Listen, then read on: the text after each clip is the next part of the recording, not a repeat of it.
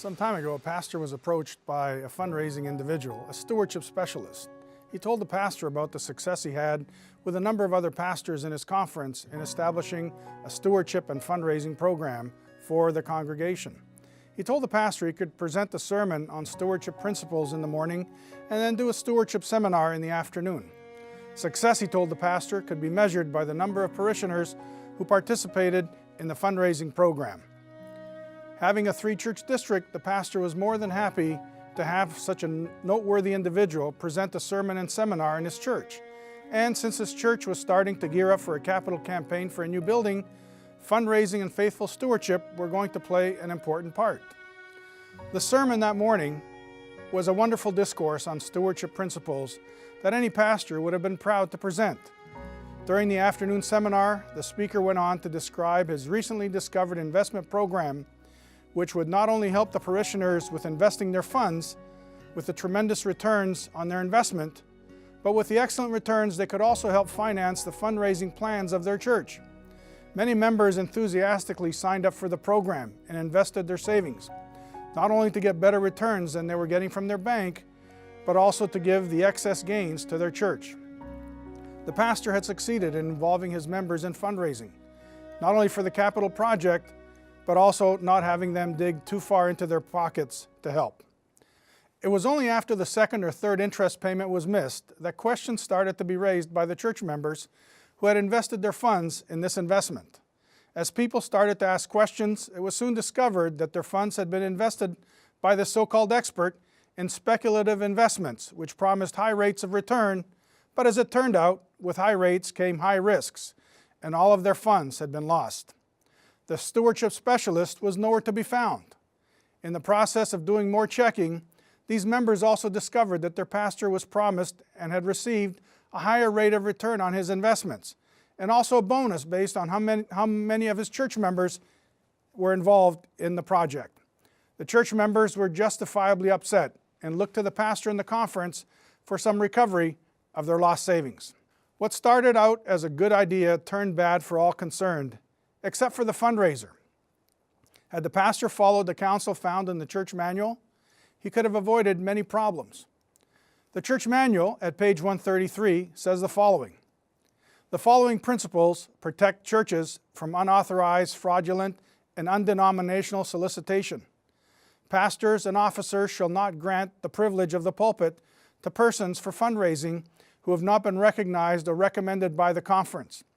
No permission shall be granted to solicit funds either publicly or privately without such recognition."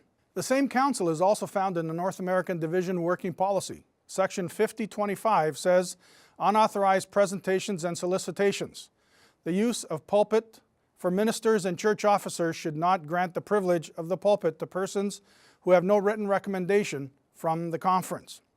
Many times, individuals approach local church leaders or pastors for permission to present to the local congregation specific projects for which they're raising funds.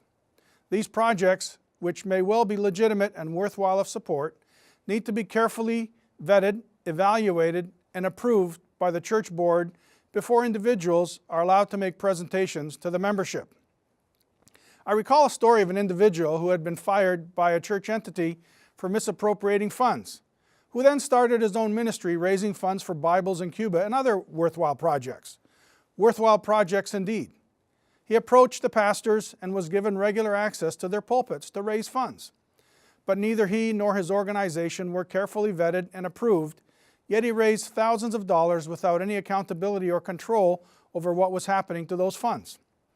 At times he would say, "Make the payments to his organization." Other times he would say, "Make the checks payable to the local church," and then ask the local church to make a check payable to him personally. So what's a pastor or church treasurer to do in such instances?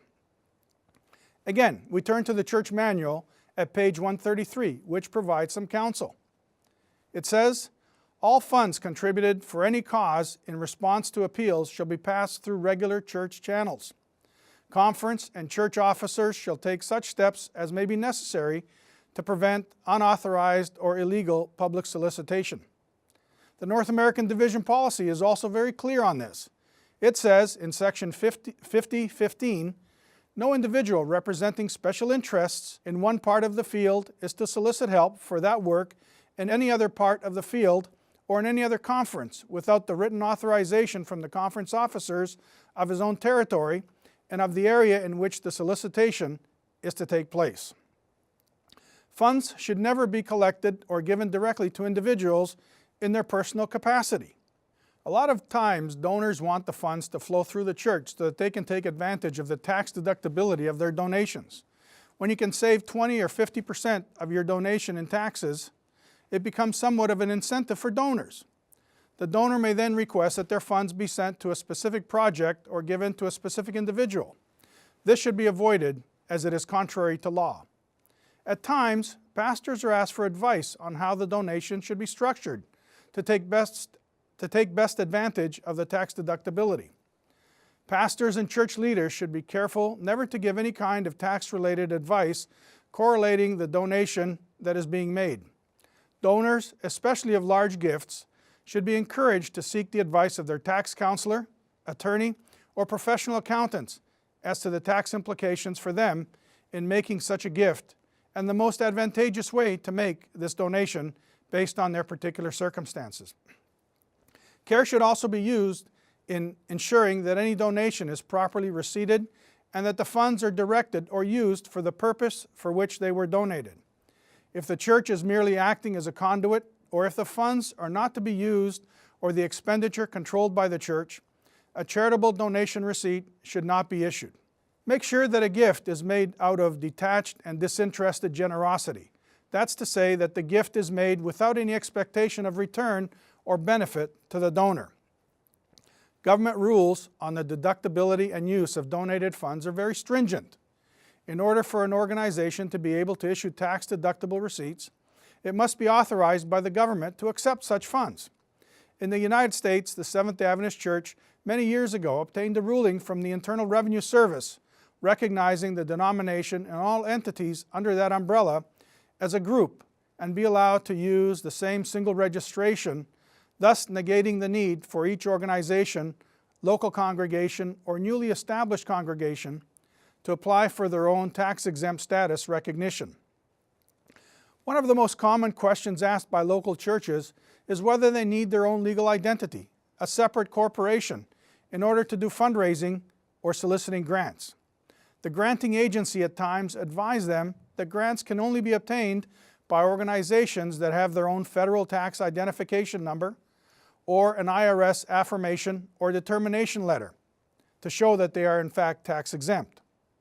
This request for confirmation of status before grants are authorized has led some churches or schools to secure their own not-for-profit corporation and registration as a tax-exempt organization without first asking for advice. This is a misnomer and should be analyzed with the assistance of the conference and legal counsel. There is no need for separate status. All that is required is a copy of the group ruling from the IRS and a statement that the church falls under the group. Both of those items can be obtained from the Office of General Counsel at the General Conference. There are many legal and accounting and insurance issues which need to be taken into consideration before a move to autonomous status is made by a local congregation or school. Consultation with the conference and experts in finance and law need to be undertaken so that a local church does not endanger its status or find itself without protections found within the group. Permissions must be obtained from the conference, the union, and the North American Division before separate corporate status is obtained. North American Division policy outlines the rationale behind corporate organization within this division. This applies to organizations and local churches within the North American Division territory. In part, the working policy at section BA 2505 states, "It is a general plan not to incorporate or register regular denominational organizations except those involved in the holding of real estate or for such activities that merit such organizational structure or where required by law."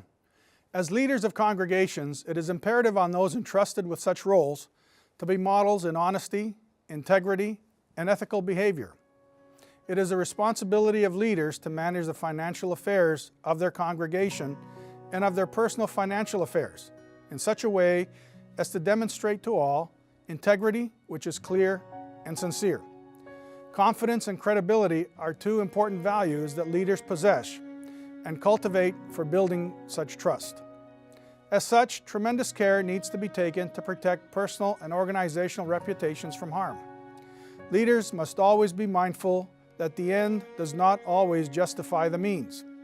Charities, especially religious organizations, are expected to take the high road and be above reproach, not only for the sake of our members or donors, but for those who are observing every action we take to see if our words match our actions.